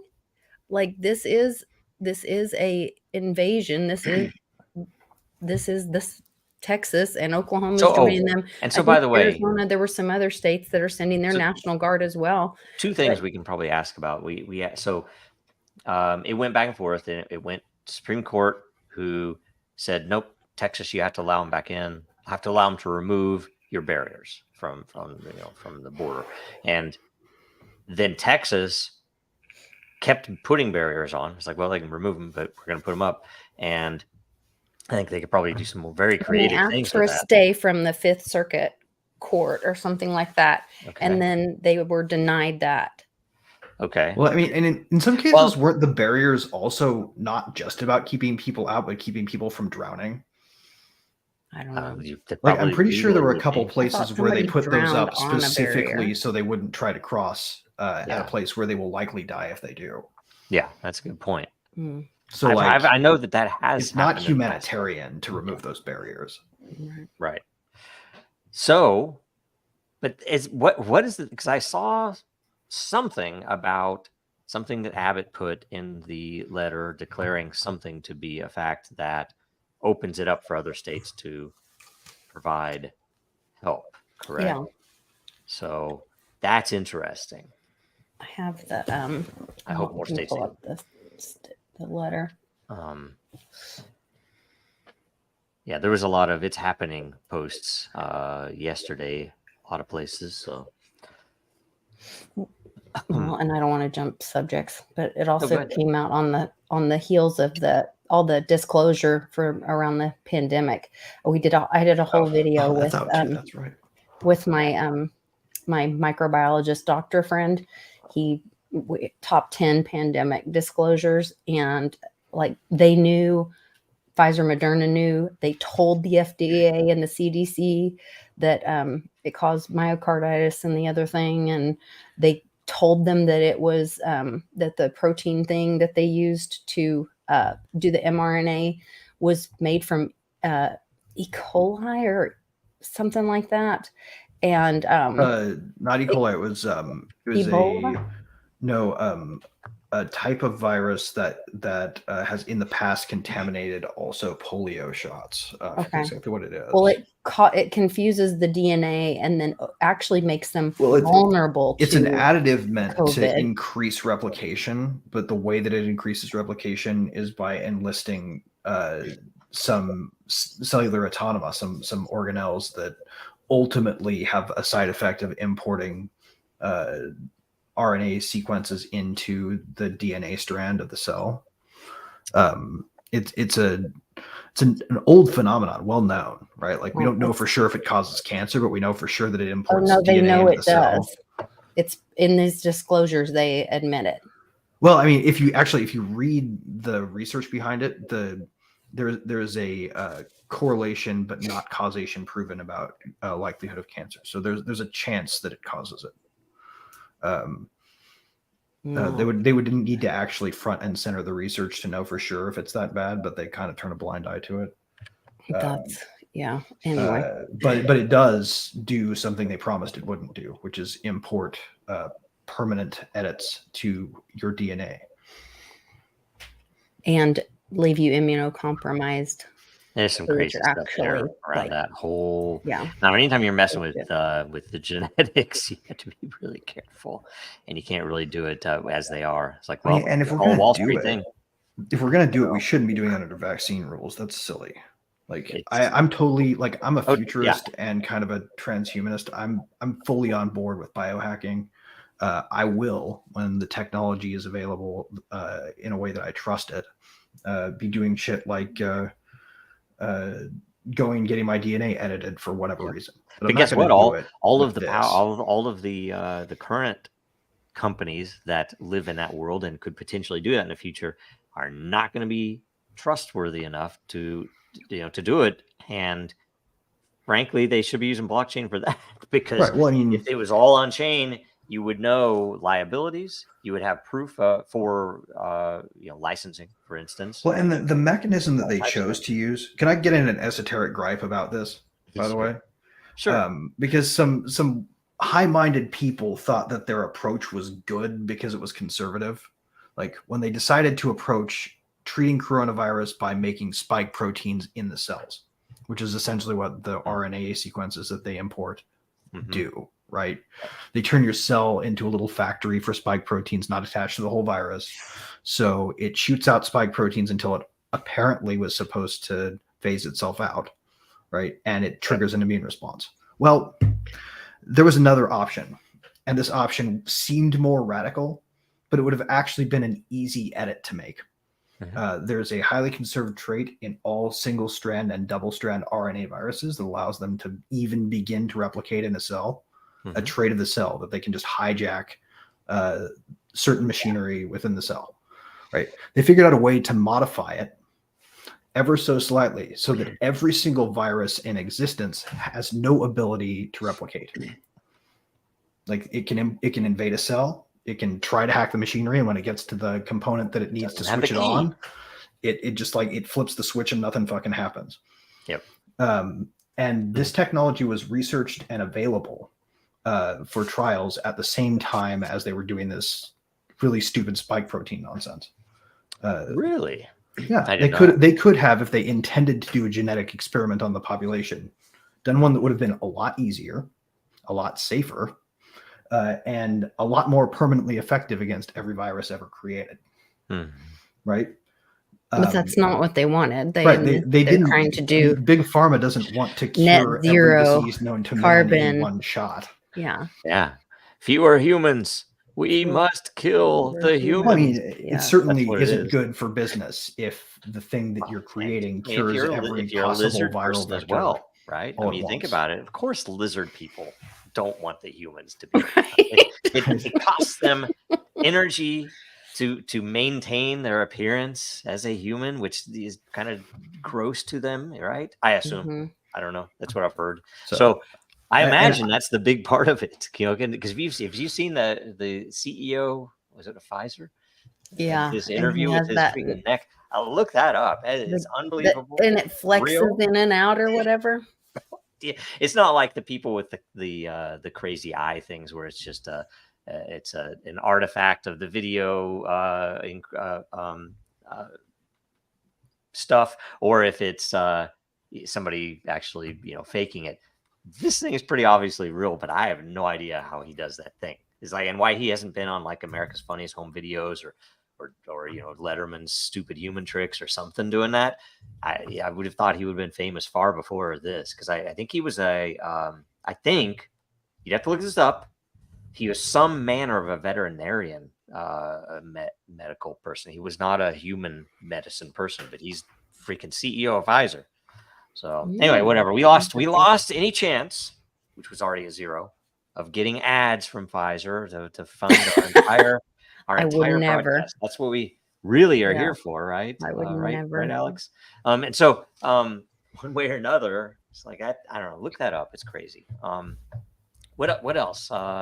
So I pulled that there's a in the Wall Street Silver guy pulled it up actually, and I just copied it and put it in the private chat. But he says there's a part of Greg Abbott saying that we've been invaded was important, because in the Constitution it says Article 1, Section 10, Clause 3 is where he cited it, because it says no state shall, without consent of Congress, lay any duty of tonnage, keep troops, ships of war in time of peace, or enter into any agreement or compact with another state or with foreign power, or engage in war unless actually invaded or in such imminent danger as will not admit of delay. So I think that was the important part, that because he said this is an invasion. So then he is constitutionally protected. I mean, he's saying, this is like an act of war against the federal government. Yep. Or maybe the federal government is an act of war against Texans. It's an act of war. And is it an act of war against the state or the nation or the union? Do you know that? That's why I would wonder legally what they would say. I don't know. In either case, I think it's still, in my opinion, is, and whether it's an act of war of the U.S. against Texas in this case, or if it's an act of war of external nation states. I mean, does this include a foreign power, which could be an NGO? I think an NGO would be covered in this. And foreign power now can be a single person, right? If you're Julian Assange. True. It can be anything that isn't Texan a non-state or actor can Right. still DC be. is United a States. foreign power. Yeah, it is. And I think in the end, that's the real solution we're all going to come to, that, okay, we have to change that.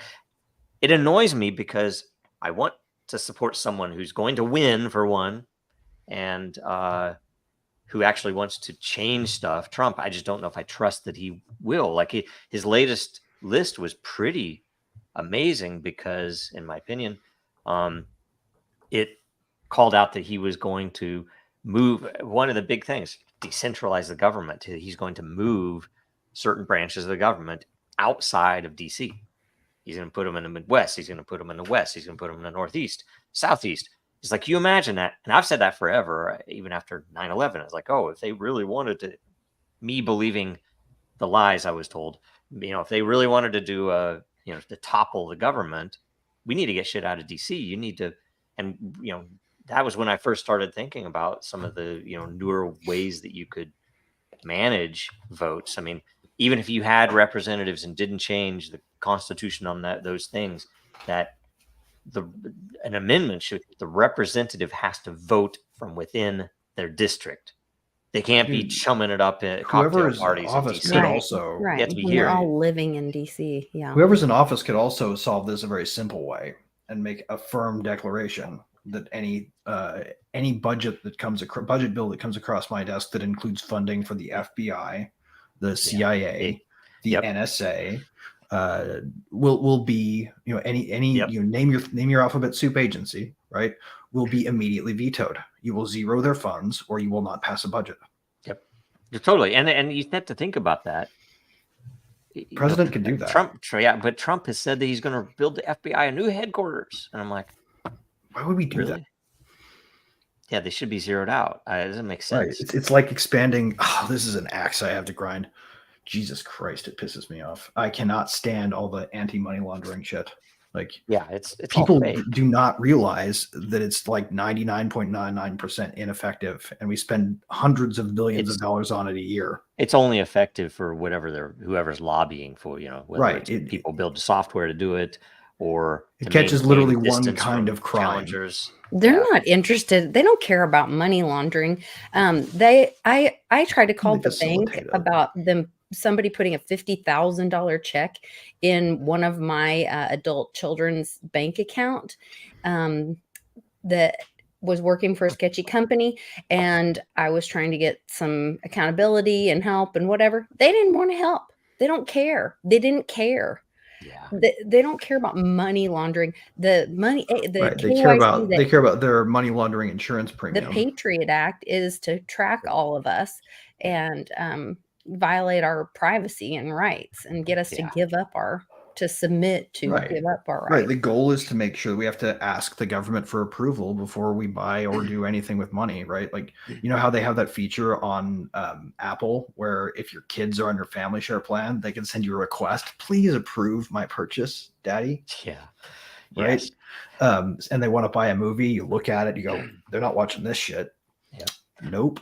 This meme, rejected. by the way, I think we are very quickly approaching the truth of this meme, that we've been living in a tyranny, been using fraud and force for generations, at least since 1913. But once the fraud is exposed, they must rely exclusively on force, and that's the part that's coming, because everybody with the internet, thankfully, it has survived the onslaught of big tech and purposed centralization. That it's opening up a lot of people's eyes to what we've noticed in big events, history shaping events, 9/11, JFK assassination, Martin Luther King assassination, World War II, that the lies have been tremendous.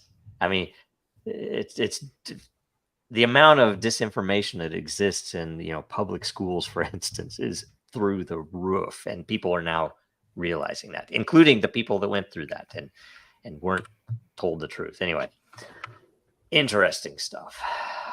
So that's all coming. And collapse of the dollar too, or I keep seeing, and I have no idea timing or anything else, but the amount of, and there's going to be a lot of machinations. What are they going to do in converting to a CBDC? It's like, oh, this failed, but you have to come over. They're going to do it. Of course, we know what they're going to do. They're going to do a big giveaway. Yeah, it's going to seem like free money at first. Like the government just sent you an airdrop.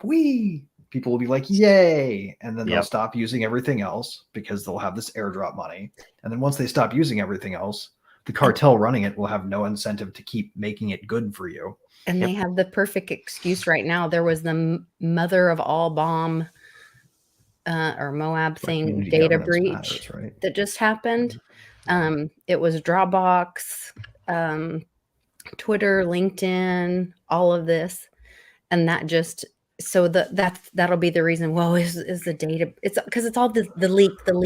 Trot out the four horsemen of the infopocalypse, like they always do, right? It's going to be necessary to stop drug traffickers, terrorists, child pornographers, and human traffickers. Right? Think of the children. Yeah. If we don't act now, it's just going to be turn in all your paper dollars. Untrammeled, rapacious criminal activity all over the internet. Yep. I love Ron Paul, by the way. I didn't know enough about him. I didn't pay enough attention, and he's a cool guy. Bad that I wasn't able to. Dude is how old now? And he's like, he's in his 80s at least. I still watch his show. He is on every day, rain or shine, despite being that old. Sometimes two broadcasts a day. That guy is out there for it. He thought he had ahead of his time on some of the stuff. Mickey Mouse. So maybe we should close out because I'm really bad at running out of time. I don't want to run over the 2-hour limit that we really have. So you guys okay to close out? Yeah, sure. I think I can include the last thing I wanted to touch on in my closing. You want to go first, or you want me to go first? Oh, go ahead, please. Okay. So I did a great show with Sean. I had a really rough day that day. My kid's been sick, and it was really good to connect with Sean and kind of cheer me up a little bit. But we had some great conversation. So please go check that out on my channel and on Sean's channel. We do half and half. And then I'm going to have Alpha Warrior joining me on Friday on my happy hour. And he is a Marine and a former police officer who was swatted by the FBI and then arrested. And he is in the fight for his family and pretty amazing patriot. So I'll be telling his story or getting more information from him about what's going on in the world with him on Friday. So if you guys jump on and join us and hear all of that. One more thing. If you have not watched the interview with John McAfee and Joe Dragon on Dragon Chain, go watch it and listen very carefully. Yeah. There's some interesting stuff in that interview. I have a theory, and I don't have enough time in my life to have checked this out. I have a theory because when we got that interview, I was kind of blown away. When I tell people that I interviewed John McAfee, they're like, "What? No way!" And Sean has one too, right? So interesting thing about McAfee is when you're interviewing, watch his physical mannerisms. He sends hand signals. Yeah, well, they said, "Hey, we're open to doing interviews, right?" And so we contacted them and we set it up. And he did a bunch of others at that time. I have a theory that there were no rules. I just had the questions, right? But I have a theory that he spoke of something related to his either the cache of info that they've sealed up or whatever. I have a theory that he exposed something across all those. Oh, if you listened to all of them. I would like if you guys would be interested or anybody else, maybe we do that on a show. It sounds like a bounty, man. Yes. Because I swear and I don't know why, but that came to mind, and I'm like, there's no way it's John McAfee. There's Do you no have a way list of that or he do, didn't. No, I don't. If you blow are it they wide all open, the you ones from the you'll underground? get to come on the bunker? show and talk about it, guys. Yeah. If anybody has any ideas on that or gave an interview, it would be good to get a list of them, and maybe we do a special where whoever can comes on, and we sit through them, we take notes. That's what we should do, right? And I will totally also throw in, for anybody who does go through the effort to do this, one of my Crypto Motors cars. Oh, that's awesome. And I'll throw in a million lore. Oh, Dude, dang. a I would million do it lore. just for fun. Yeah, I No, would it's love a to bounty dig now. through. It's a bounty. There you Yeah, go. So we'll I do it. love decoding stuff and all that, so I'd Okay. love to dig through Let's and do it. Let's do it. Okay. Okay. And sorry. So, Greg, I interrupted. Oh, Sure. I was just gonna. Do you want me to go ahead and? Yeah, do mine go ahead. close? Yeah. Okay. So I mentioned earlier the end of Milei's speech at WEF, where he basically spent most of it accosting everybody who was there for being complete assholes and breaking the world. But at the end, he brought it back to business people and people building things and people creating things. I'm gonna watch it.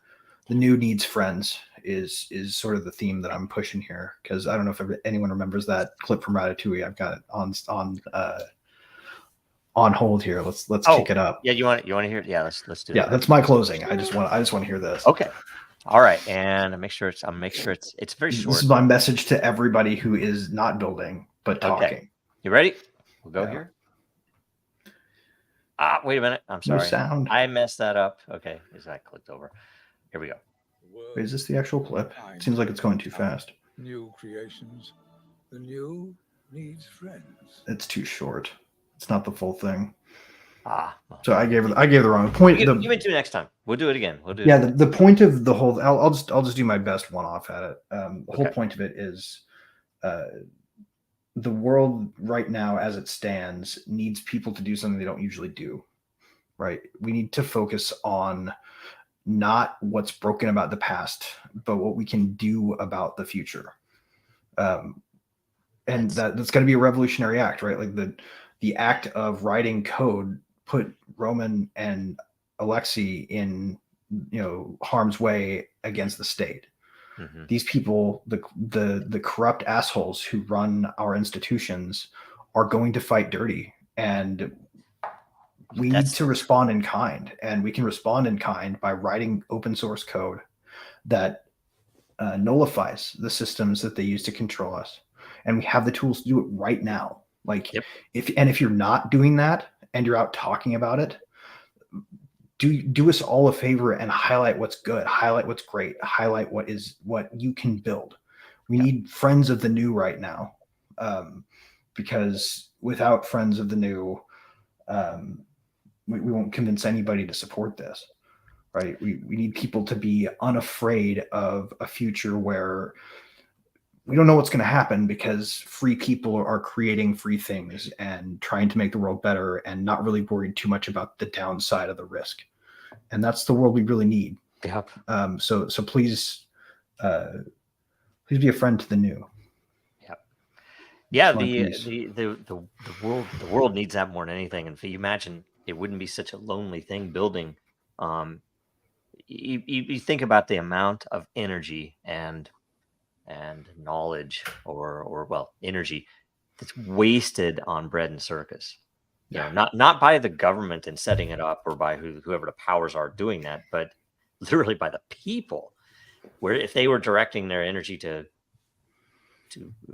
and again, it's not up to me what is a productive use of their energy, but it wouldn't be if it were more of an open market and it wasn't just, I'm going to sit on a couch and watch this game, it's just kind of interesting. Yeah, certainly.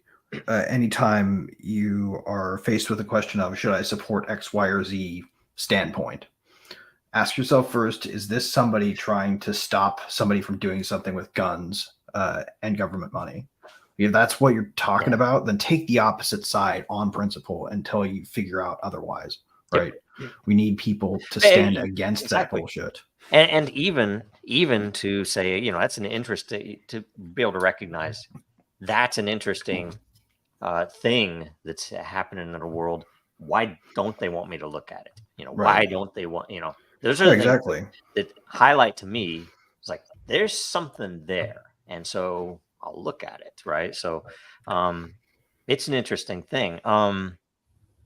Yeah. If you're okay, I'll go ahead. I'm good, man. We don't close out too late. I am doing an interview with someone, I think as a special. I think we're doing it next week, so it'll probably air after next week's show. So I'll announce it, then it'll be good. And I've gone to a couple of blockchain events locally. I want to talk to you, Greg, about getting involved with some of that, because I didn't know some of this stuff Oh, was yeah. going on in Kansas City area. I'm like, There oh, is. I actually didn't know there was Yeah. anything around in Kansas yeah, City so either. we need to, and I'll We tell should you explore how. this together, my friend. Exactly. And I'm thinking, because I think there's some things too where I haven't talked to everybody yet, but like say to see if they want you to speak or any of the others on here, because they could probably do it remote, right? You wouldn't have to come into town. Yeah, dude. For some of these. So anyway, there's a bunch of stuff there. And generally I'm working a lot of projects, and there are a couple that have really good new developments. So hopefully we'll be able to talk to everybody soon about those, and you will be surprised and you will like it. I do believe it's cool stuff. So that's everything. Make sure you follow us. Make sure you if you can like this, please share this video so that everybody who got questions in gets more lot. Dragon Chain Defense Fund. Well, that's this is just the round table. So it's round table, I'm saying, like, put that out there. Oh yeah, we will. I have the list up here. Yeah, if you can go to and I guess I don't have the link up, but please go to legalfund.dragonchain.com. You can give in crypto. You can get a subscription with your credit card or whatever else, where it'll give us a monthly. The lawyers have agreed to accept any crypto, so it's all about back scratching, really. Yes. Jeez. So, but yeah, and by the way, we'll remember who if you put crypto in there, we'll remember you. So it is going to be something, at least I think in the future, that'll be a valuable thing to be able to claim, even if it's just for that would be a good refuge thing. Yeah, for clout, right? Yeah. I donated when I was there when. Yeah. Well, and for people that feel empowered or disempowered right now, it's a great way to feel like you can fight back. Yeah. I guarantee to you it's a good case, and I guarantee to you it's if we lose, I will be proud to have made the case we are going to make, because everything that in our case is about reality and what this is, what it can be, and what we've done, right? And so there's a bunch of stuff there, and you're making the builder argument. Yes. I love it. Of course. I want to read this thing, man. I got to read it. So let's see here. And then one other thing, Greg, speaking about the Melee thing, why wouldn't we just view that together whether we record it or just do it live? I don't care. I swear to God, just like, what are you doing this Isn't afternoon? there a way to do watch I might be able through Yeah, well, we can do it right here. We YouTube? just record it. Okay. And we could do it live, or we could broadcast it later. It wouldn't matter, but that might be a good way to, so I don't miss something, I'm down. Okay. And I think that's probably everything. So make sure you join us again next week. Make sure you share the episode, like the episode. Make sure you're subscribed. And which thing do you want to play on the way out? We have a lot of interesting stuff. We have Free Ross. We have the JFK one. We have the Q one. We don't play that very often. We have play that one because I have a question for you afterwards. Okay. All right. So I'll play that one. You get it. Here we go. See you guys soon. Free Assange. What happens when 90% of the media is controlled or owned by 6 corporations? What happens when those same corporations are operated and controlled by a political ideology? What happens when the news is no longer free from bias? What happens when the news is no longer reliable and independent? What happens when the news is no longer trustworthy? Fact becomes fiction? Fiction becomes fact? When does news become propaganda?